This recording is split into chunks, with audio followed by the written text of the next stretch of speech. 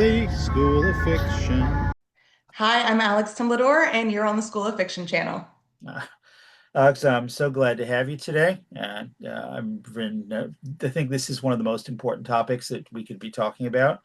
And just to start off, I noticed that you are, like my wife and me, you are a world traveler. So tell us about Yes. your travels. Yeah, so I've been a travel journalist since 2015. So with my work, I write for places like Outside, National Geographic, Photours, Lonely Planet, Texas Highways, a bunch of different travel outlets. And I get to travel the world and talk about my experiences there. So I've been to places like Costa Rica, Serbia, Japan, Thailand, Mexico. Um, let's see, Fiji. I've been so many places, and I'm about to go to Ireland actually. No, I haven't been to Ireland yet. And a lot of those places you just named are on my list. We have been to Thailand and we want to go back there, It's so great. definitely. So that's wonderful. I think a job traveling, I can't think of anything better than that right about now.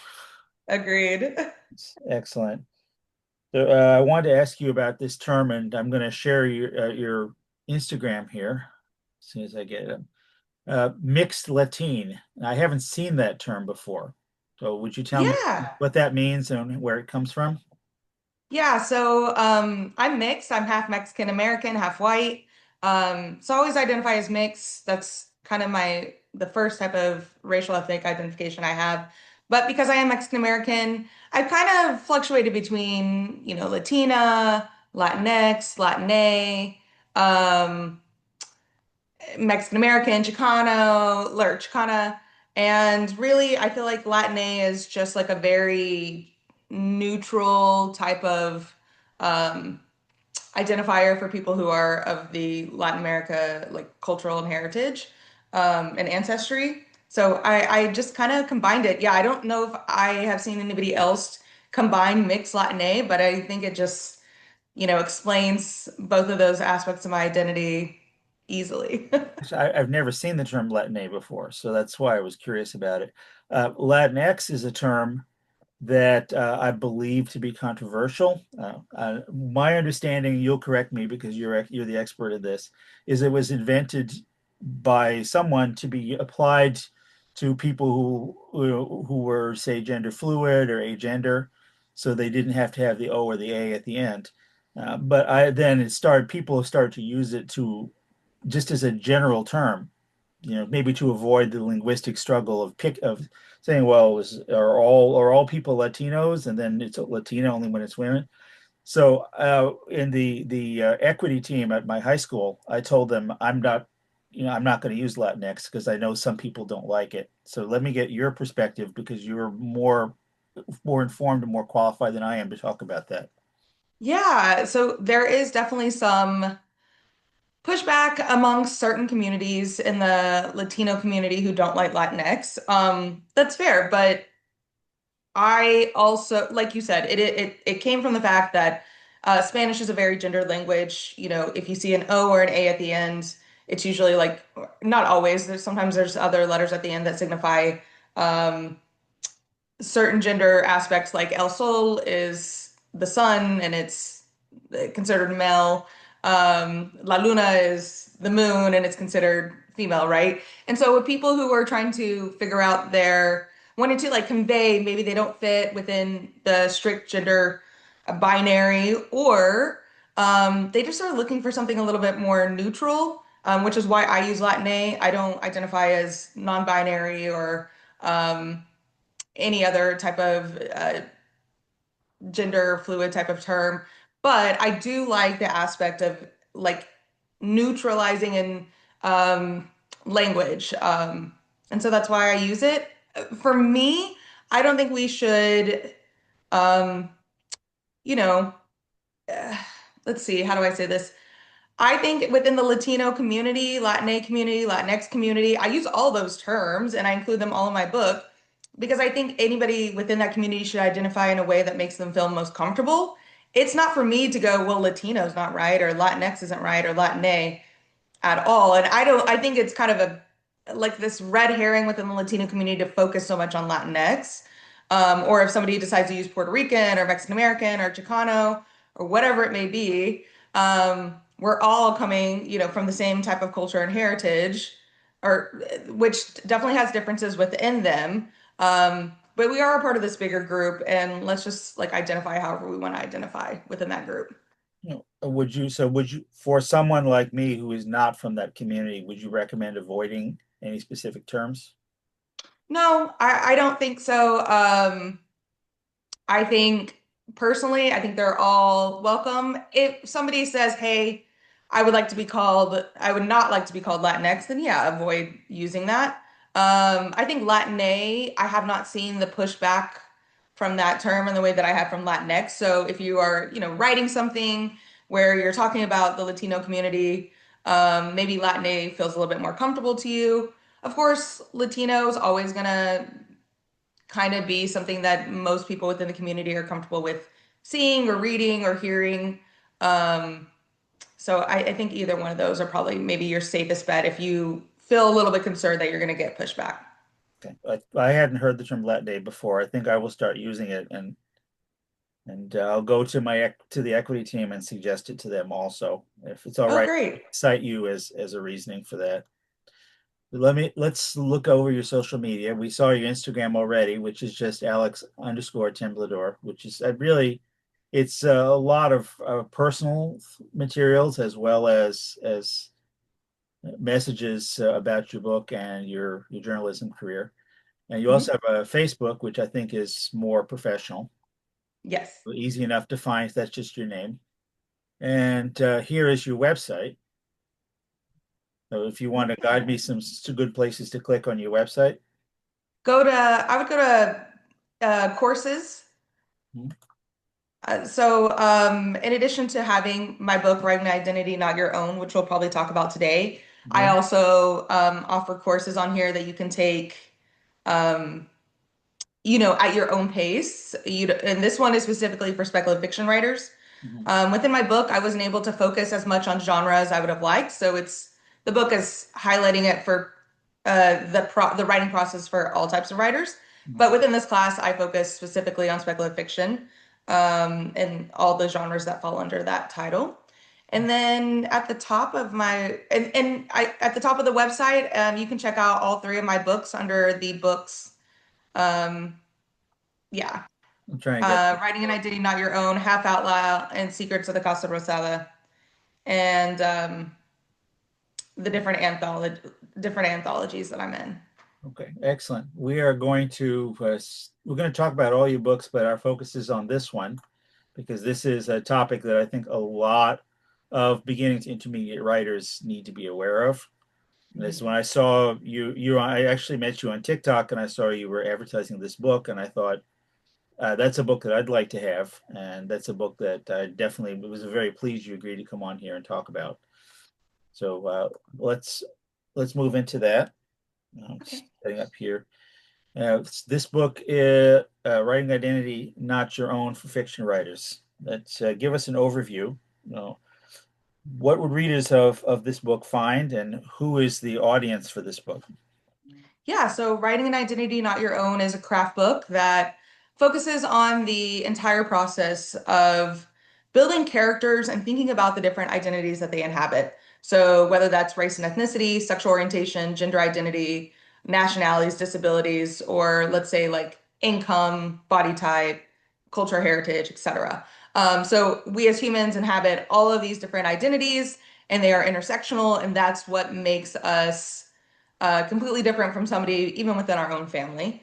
And so, what I teach writers is when we are building characters, we don't just need to think about what their likes or interests are or what their personality flaws are, but also the identities that have impacted all of those things in their lives. That impacts the way they speak, that impacts the way they move in the world, how how other people perceive them. And I think as writers, we haven't really thought about characters in that way. And what it's resulted in is a lot of stereotypes, harmful tropes, problematic depictions when people write identities not their own. Um, this book is absolutely for everybody. I don't care if you come from a historically marginalized identity or you have privileged identities. Everybody has been raised in a world where we have bias, where we intake bias since we've been born, and those bias can appear in our writing, whether we realize it or not. And this book teaches you basically how to go from the before to the writing phase to the editing phase, how to look for those biases, how to remove them, things to consider when it comes to terminology, how to write dialogue. If you do write discrimination, how do you approach that? How do we do this in such a way that we don't cause further harm to marginalized communities with our creative writing, whether that's fiction, nonfiction, a screenplay, a book, a novel, a podcast, etc. I'm going to, for readers who are beginners to this topic, I just want to go back through a couple of terms you used. And first was historically marginalized identities. So for people who haven't heard that term before, how would you explain that? Yeah, historically marginalized identities are groups of people in which who have been marginalized in terms of politics or politically, economically, and socially. And this has been done through laws, through enslavement, through war, through colonization. So we know these groups exist, and they are typically like, for instance, we know the Black community is a marginalized community, the Latino community is a marginalized community, the queer community, people with disabilities, people who are immigrants within this country, um, people who are gender fluid, transgender, etc. Because we know either we've seen the laws, we have the history, we've written it down, or we receive anecdotes and we have studies that look at how these groups are treated differently from privileged communities within we'll just talk within the US. But essentially, we've seen that they, either they make less money or they have less job opportunities or they're more stereotyped in TV and film or not given as many opportunities to um, be in TV and film and being seen, etc. So, yeah, those were what historically marginalized identities are. And the other term it was intersectional. Yes. So, But intersectional this, I just want to identities. say, this has been defined or maybe used as an attack word quite a bit by one side of the political spectrum. So let's get an accurate definition on camera if we could.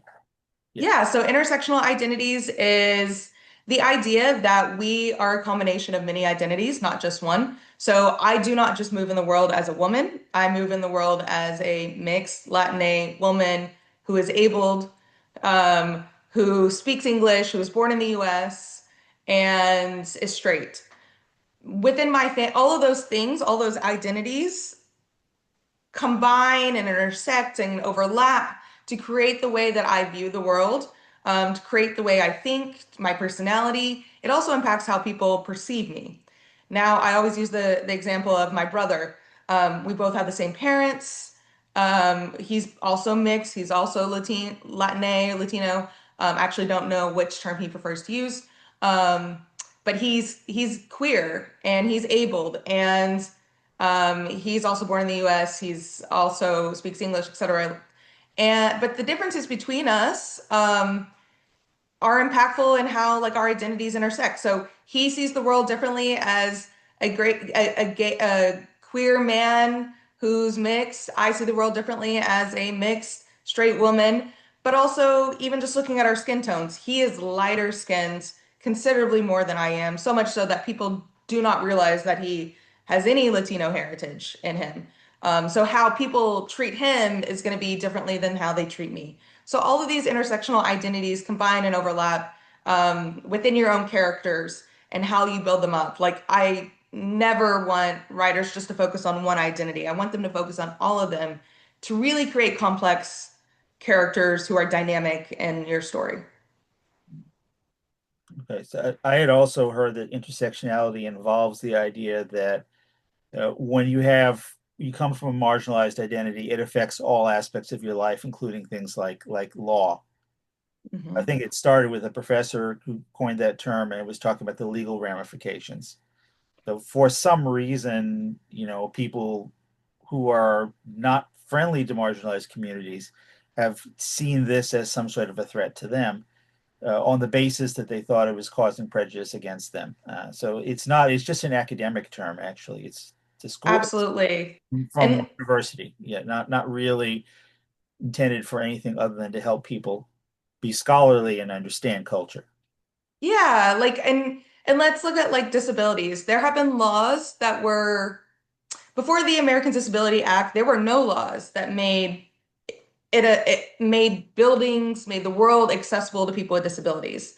Nobody thought about that. Nobody considered it unless you had disabilities or you were somebody within a family with people who had disabilities. And so just the impact of not having a law made it difficult for people to move around in this world, to get access to medicine, to get access to housing or whatever it may be. Then we create American Disabilities Act. It helps a little bit, but there's even like things within the American Disabilities Act that says like a building doesn't have to be accessible as long if the owner doesn't have the ability like financially to do it. So then now not even within the law, not all buildings have to be accessible. And you think with this law it would make it better, but it still makes it difficult for people with disabilities to get access into places. Um, so yeah, it's this legal thing of just like really looking at how the law impacts our social, economics, politics, etc. And For that's, certain communities. you work on this within your journalistic career also, I assume. Yes, yeah. This kind of I mean this book definitely started when I was working in journalism. One of my first jobs was working with a queer website. And so I was writing like I think my second article I wrote about same-sex marriage being legalized in the US. And then I was starting to write about transgender topics kind of early on when we were really starting to talk about trans athletes and different rights and stuff. And so I was learning all of these things and realizing and seeing how we were writing articles and the headlines we were doing and how those headlines would create reactions, create stereotypes, or really help people understand things a little bit better. So it really started getting me, journalism really started getting me into this mindset of how to apply this to creative writing. Let's that's a good, 'cause let's bring it back to creative writing. So this is, I had a couple questions I wanted to ask you. One of them is for someone who wants to write about an identity that is not that author's identity, how much can research compensate for just not having that identity? Yeah, I think it's probably your first, like it is your first step. And when we say research, I want you to expand your thoughts and ideas about research. So it's not only reading like historical texts, it might be listening to podcasts by people who are creating that identity, watching documentaries by people about those type of people who have that identity, or reading books by people with that identity. It is, yes, of course, interviewing if you can. It's also breaking down what you think you need to research. So let's go to women. Women are a historically marginalized community identity, and yet we don't always think about that when we're crafting women characters. So we just because we go, oh, well, I'm related to someone who's a woman. My mom was a woman, my grandmother, my sister, whatever, or I am. And we don't really look into the historical, social, legal, political stuff all around women and really break down and think about how women really have moved in the world or might move in the world that you're creating. Um, yes, research can help a lot. However, my biggest suggestion is if you are writing an identity that is not your own, to really get involved within that community. That's not only by being an ally and accomplice and understanding what they're going through, but that's making friends. This is not just your like friend from work that you see at work every day. This is somebody like investing in the community, helping out in whatever way you can, getting to know them personally. Because when you get to know somebody of that identity, they're going to start eventually sharing things that you wouldn't otherwise get with research. People within certain communities are very mindful and protective of themselves. So they might not share everything right away or with other people because it doesn't feel safe. But when you get involved in that community, you learn what's at stake if you get their identity wrong within your creative writing work. Um, and you start to understand like why it's so impactful for us to really not continue stereotypes or problematic depictions. And question just came into my mind here that I didn't think to, when I was prepping to ask you this.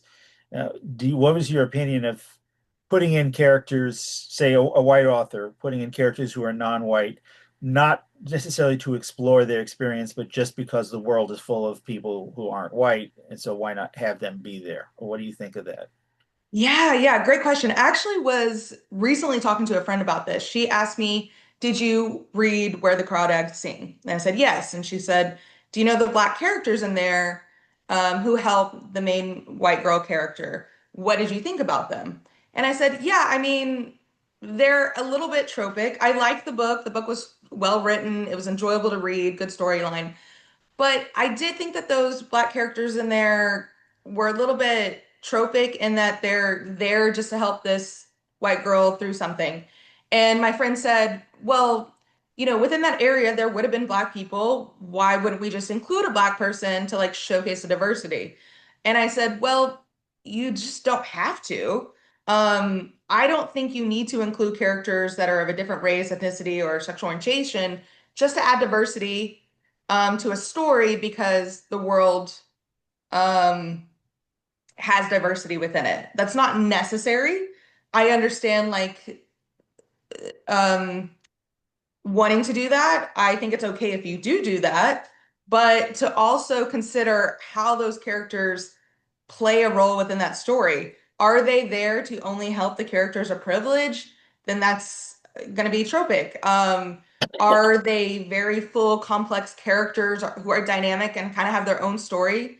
Then great. Like, I'm all for that. But just putting in characters in a story that are a different identity than you because the world is diverse, um, you don't have to do that. I just want people to know you don't have to do that because when you assume that you have to, that you're not going to get published if you don't do that, then that's when stereotypes and things can kind of make their way in there, and we don't do as much development on those characters as necessary, So, if that makes is sense. tropic by tropic, do you mean stereotypical, kind of fitting the model of how characters like that have been written in the past by white authors?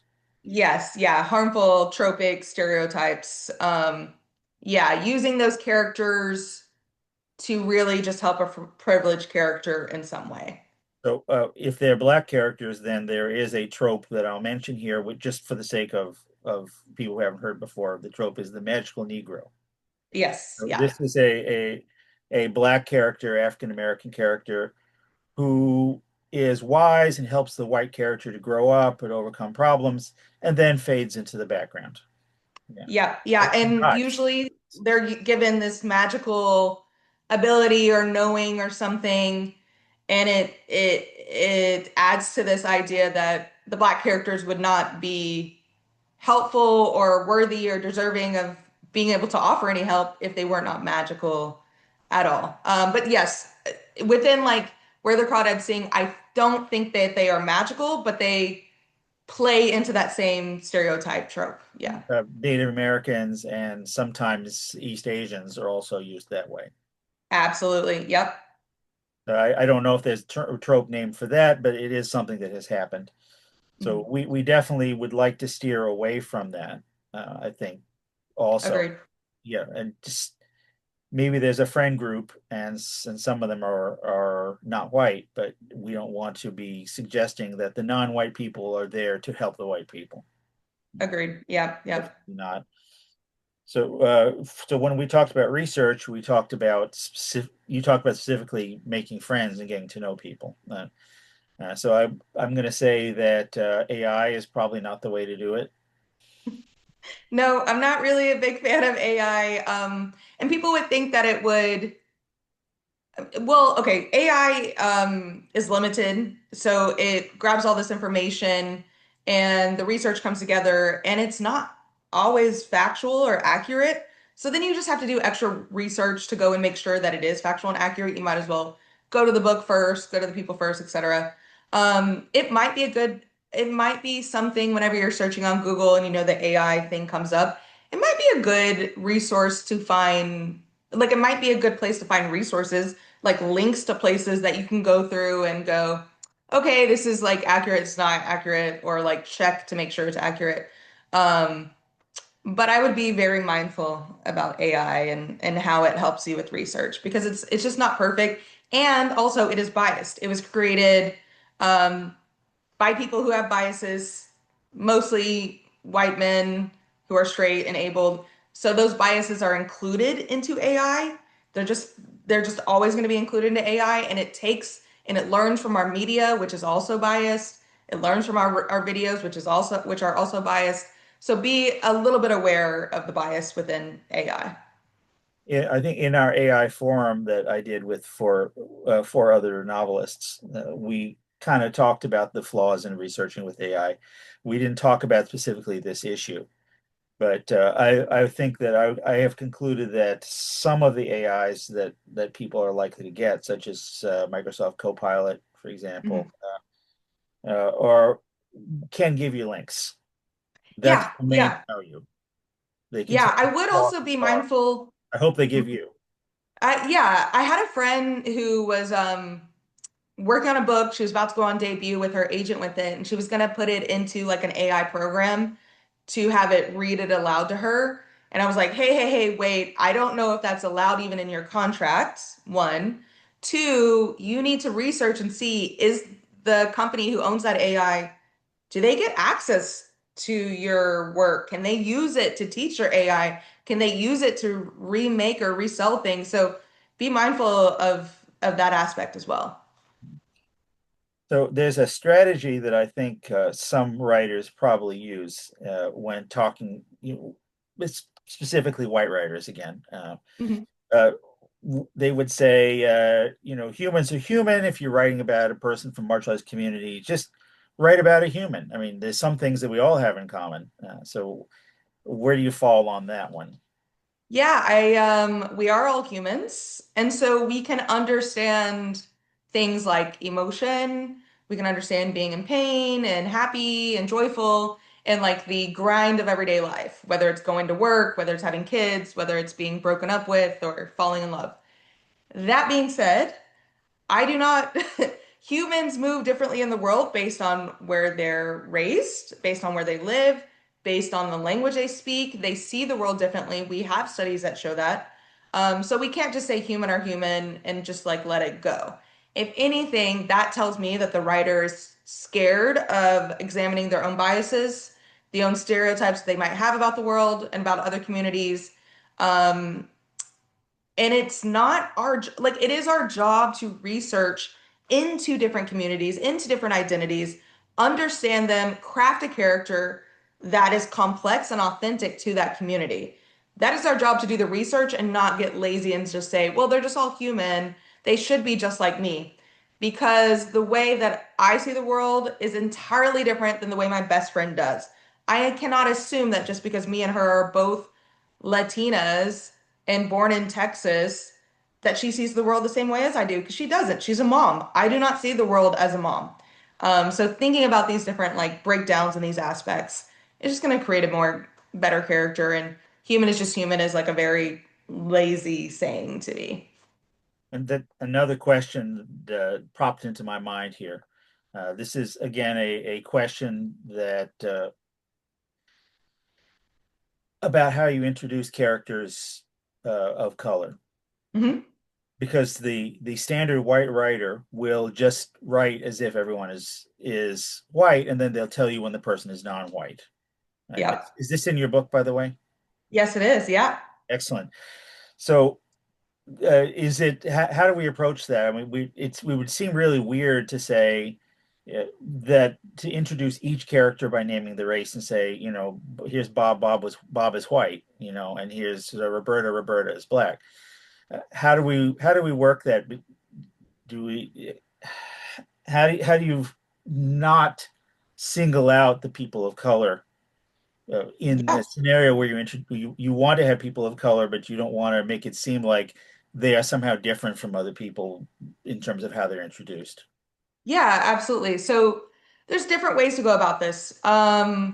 You can choose to describe everybody's skin tone. And within the book, I tell you, like, I explain how the ways in which we describe characters of color has been a little bit problematic in the past. And there's like certain words you don't want to use for People who are brown skinned, like you wouldn't want to call them, they had almond co skin color because people of color were often used to either through enslavement or forced labor or colonization or whatever it was to get like to harvest food, to make food for the masses for white people. Um, so you could just go through the whole book and describe every single character, whether they're white, whether they're a person of color, by their skin tones, and give your and allow your readers to understand what you're saying. I don't really love that because what tends to happen is you start really trying to describe so much about the characters of color more than you do the white characters, and then you start getting into stereotypes. So I've seen people do this where they don't want to say that the character is Asian, and then all of a sudden they're using like yellow. They're describing things about that character with the term with yellow, which is like a little stereotypical. They start describing their eyes so much where they don't describe anybody else's eyes and it starts to feel a little stereotypical, a little bit problematic.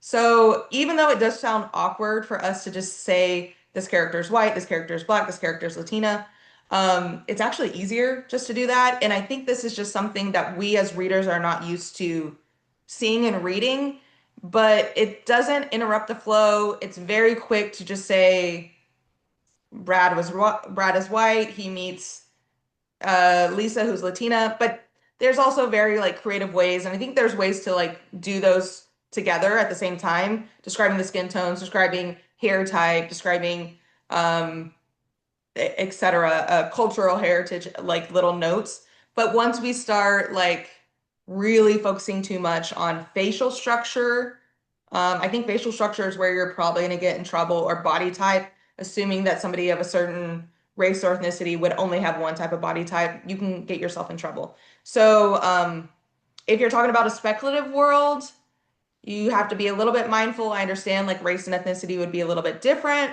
but you can still fall into the same traps that people writing literary fiction would as well. There, to detect this stuff, there is a new profession, let's say, or maybe also sometimes done out of friendship, called the sensitivity reader. Hmm. This started around 2010. I think some publishers wanted to clean up the Enid Blyton books about the five Hmm. children. And by 2015, it was a default for all trad publishing of YA books that had any race characters that were non-white in them whatsoever.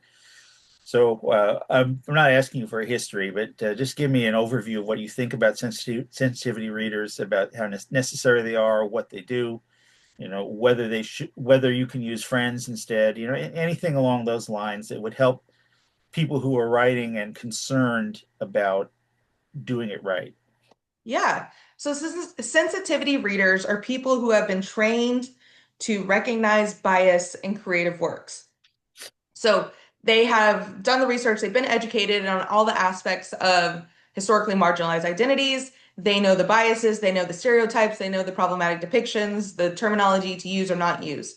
And so they go into your manuscript and they read it and they say, hey, this character feels a little bit like a stock character. Here are some ways in which you might want to make some changes, or hey, this terminology is not correct, or this depiction of these two characters or the discrimination scene is a little bit problematic. Here's how to help like fix that. So they're very specified editors. They're not going to go through and line edit it or tell you if your setting looks good. They're only focusing on when you're writing identities, not your own. Sensitivity readers are used at the big publishers. Medium publishers like Blackstone and Amazon sometimes use them. Small publishers like my first press was Arte Publico Press. They're just so small, they don't have the finances to be able to employ sensitivity readers. So that's unfortunate. Um, if you are self-published, or you're going to be self-publishing, or you're going to work with a small press or a medium press, it is very impactful to have a sensitivity reader um, because you're just getting more eyes, people who are actually trained to do this. Now, I always suggest using beta readers and sensitivity readers. Beta readers are going to be people that are friends, other writers, readers, anybody really that you share your book with and say, hey, give me feedback on every aspect of this book, whether it's my grammar, it's my characterization, it's my writing identity is not your own, or my setting. And those readers will give you all kinds of feedback. But they might not be fully aware of all the biases or harmful tropes that come up in the world, which is why sensitivity readers are necessary. And I don't ever want to harp on people at small presses or indie writers, but when when you are writing like self-publishing or you're writing for a small press or getting published with a small press, you might not have as many levels of editing as I would have with my book at St. Martin's Essentials. So not only am I getting beta readers and my agents reading it and my editors reading it, and I have like three other editors from the press and a lawyer who are reading my book, all giving me feedback. That's like 9 levels of edits. With small presses and self-published writers, you might just have you and a few beta readers. So a sensitivity reader can be Yeah, very helpful that's to right. ensure that you don't put something on Amazon that goes viral or that you publish through Barnes and Nobles or whoever you publish through that gets a lot of eyes, that gets a lot of feedback, and now you have something out there that's harmful. Um, so I always suggest sensitivity readers to a lot of people if you can afford it. Um, I have so many places within my book where you can find them. Mm. Right. So you are you saying that there's something like courses where people get trained to be sensitivity readers? Yeah, usually they're editors already, and then they've been like trained within certain areas to focus primarily, or they themselves have done so much education and can showcase how they've worked up to sensitivity readers. I don't know if there's like university courses yet, but there might be some aspects within like MFA programs where they're taking classes on this. I got my MFA in 1996. It didn't exist then. Yeah, exactly. That not even when I got mine in 2011. So, yeah. It's yeah, new thing. And I do know that there is a professional editing organization because an editor that I interviewed last month told me about getting a certificate from there. And it's like one of the ways that you know that people are legit. Yeah. So perhaps though that agency has something like that. I Let, like that. let's go back and take a look at your Amazon page again. If I can get this to open. Okay.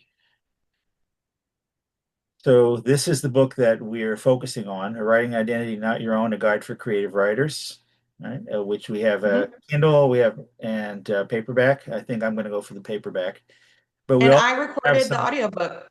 Yeah, this is you read it yourself. Yeah, I read it myself. That was the only audiobook that I was able to record. Mhm. So tell us about these two books, Half Outlaw and Secrets of the Casa Rosada. Yeah, so we'll start with Half Outlaw. That is an adult magical realism novel about a mixed, half Mexican, half white woman who is raised within a motorcycle club by her white uncle after her parents died. And the book alternates between like the 1960s to 1970s and the present day of 1990. And essentially, Rocky, the main character, her uncle has died who raised her, and she is asked by the motorcycle club to go on a cross-country road trip in his memory. And if she does, she'll get the contact information of her Mexican grandfather she didn't know existed. And so as she's on this road trip, we're alternating between the past and the present, and she's seeing how her past affected who she is today. And she has to meet people who were on her uncle's drug route and see who he is today and kind of like decide who she wants to be and if these people can be in her life that raised her or if they're just harming her by being in her life still. Uh, So do, that's Half Outlaw. do you ride motorcycles yourself? I got my motorcycle license. Yeah. If I had a motorcycle, I would absolutely ride it. That's a goal. I want to get a bike. I interviewed another author who has a biker who kind of like goes around the country and solves problems. Nice. Well, I'm in, I'm now seems like I'm interviewing a lot of bikers. So I'll put you on the list. So There tell us you about go. Secrets of the Casa Rosada. Yeah, Secrets of the Casa Rosada is a young adult magical realism novel about Martha, who's 16 and abandoned by her mother with her grandmother in Laredo, Texas. Martha's never met her grandmother. Her grandmother only speaks Spanish, and she's a curandera, which is a Mexican folk healer.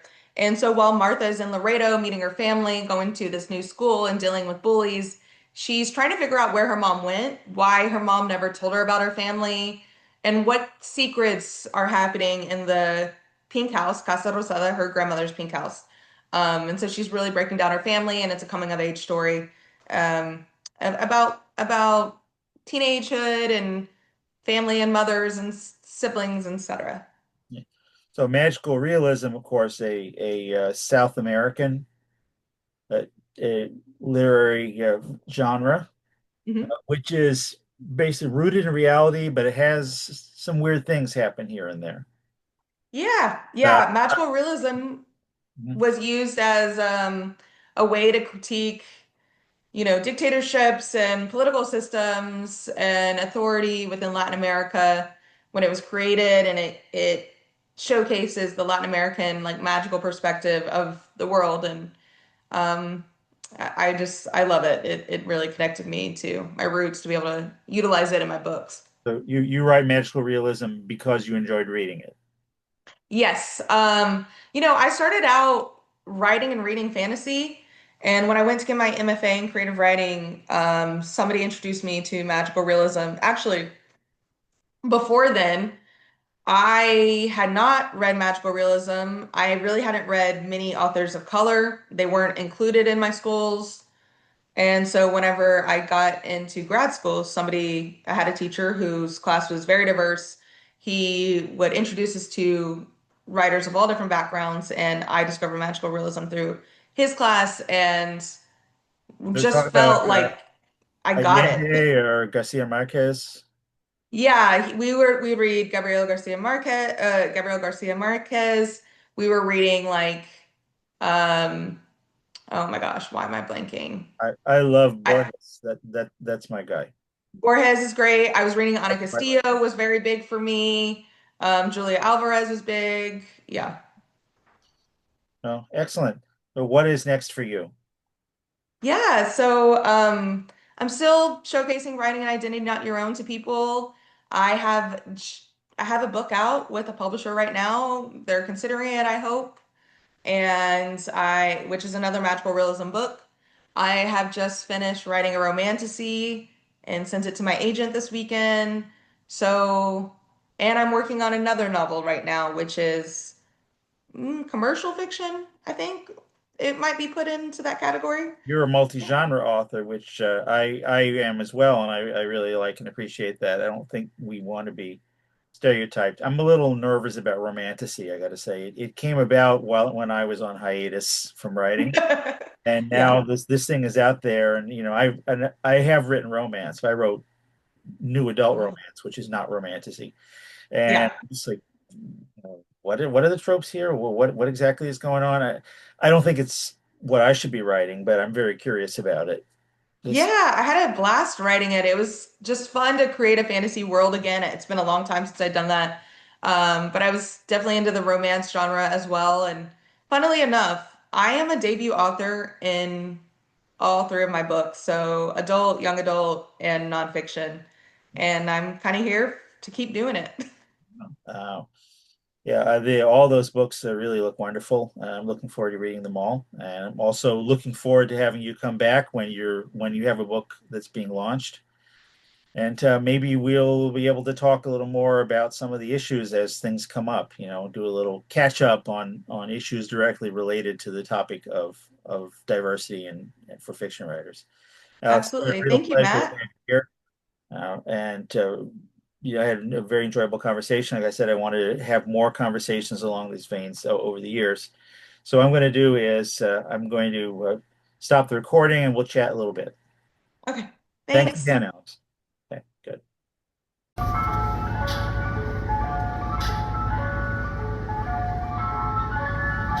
The School of Fiction.